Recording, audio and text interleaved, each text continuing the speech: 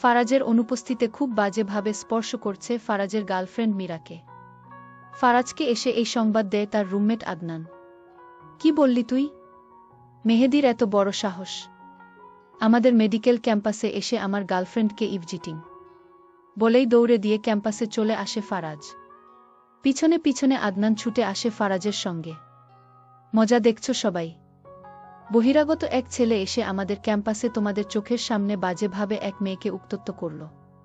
বাধা দিতে পারলে না? হিজড়া কোথাকার, সর এখান থেকে। ফারাজকে দেখে মীরা কেঁদে ফেলে।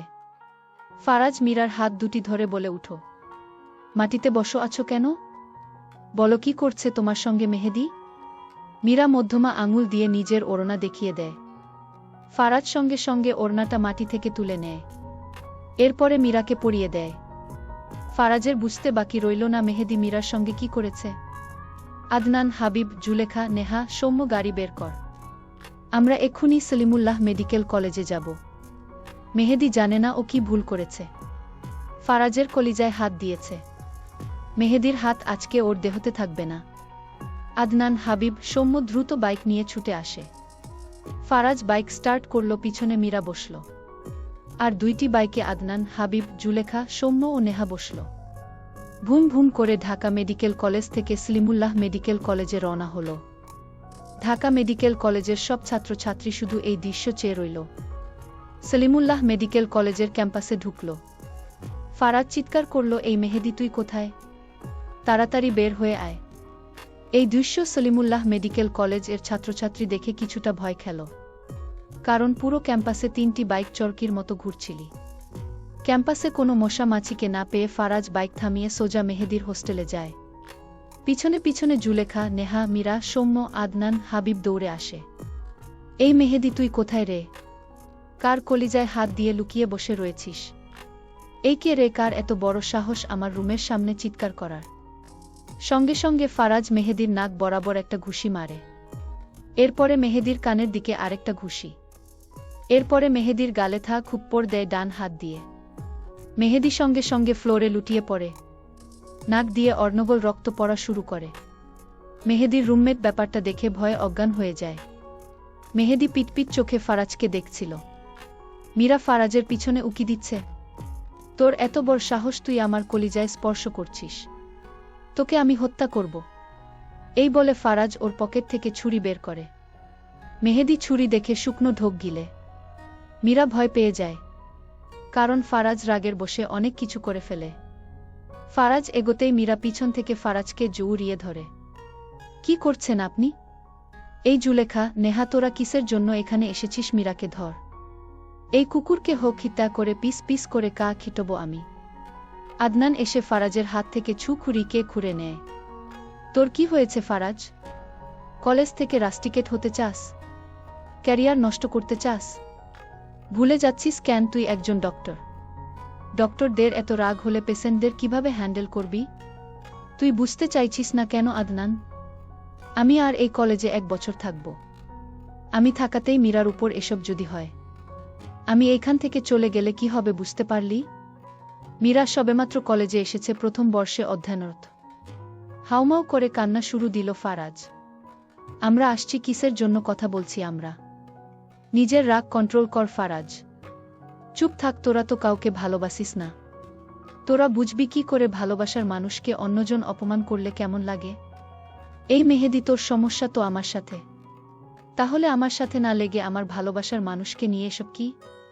কাপুরুষ কোথাকার! সেই দিন বার্ষিক ক্রীড়ায় তোদের কলেজ ফল্ট করেছে। বারে বারে ফাউল করছিল তোদের প্লেয়ার। শেষ 3 মিনিটে তুই আমার সাথে ফাউল করেছিস। এর জন্য আমি তোকে মেরেছিলাম। কিন্তু ফল কি হলো? কাপতো কোনো কলেজ নিতে পারল না। উল্টো কাপটা হাতছাড়া হলো।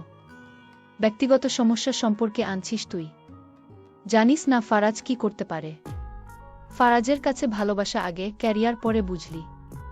আমাকে মাফ কর ফারাজ।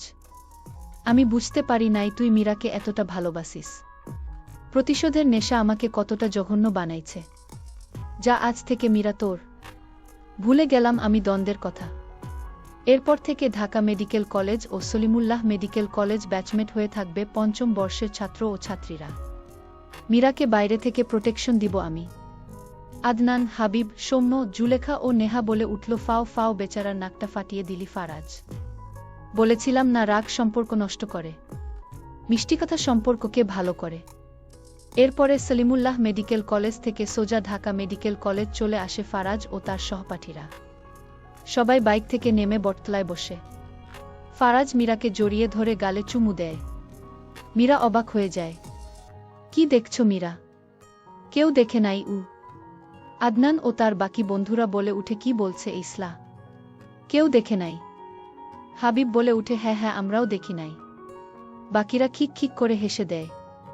যাও মীরা, ক্লাসে যাও। এখন কি ক্লাস আছে তোমার? এনাটমি। 5 মিনিট লেট হয়েছে। যাও, স্যার কিছু বলবে না। আর যদি কিছু বলে, ক্লাস করার দরকার নাই, সোজা এখানে চলে আসবা। আমি ক্লাসের পড়া সব বুঝিয়ে দিব। মীরা চলে যায় ক্লাসে। ফারাজ মীরার চলে যাওয়ার দিকে চেয়ে রয়েছে। এমন সময় আদনান এসে পিঠে হাতের স্পর্শ দিয়ে বলে, আমার তো মনে হয় মীরা তোকে আসলেই ভালোবাসে। কিন্তু মেয়েটা অতি শান্তশিষ্ট, সবসময় কেমন চুপ করে থাকে। গত 3 মাস থেকে তো মীরাকে দেখছিস।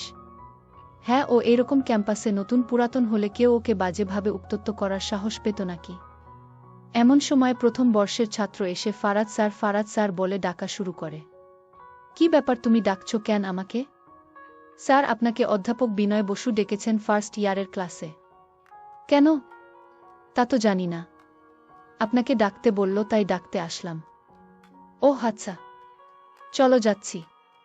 পিছন থেকে বন্ধুরা বলে উঠে, যাও ফারাজ, তোর আদরের মীরা মনে হয় ক্লাসে বিচার দিচ্ছে।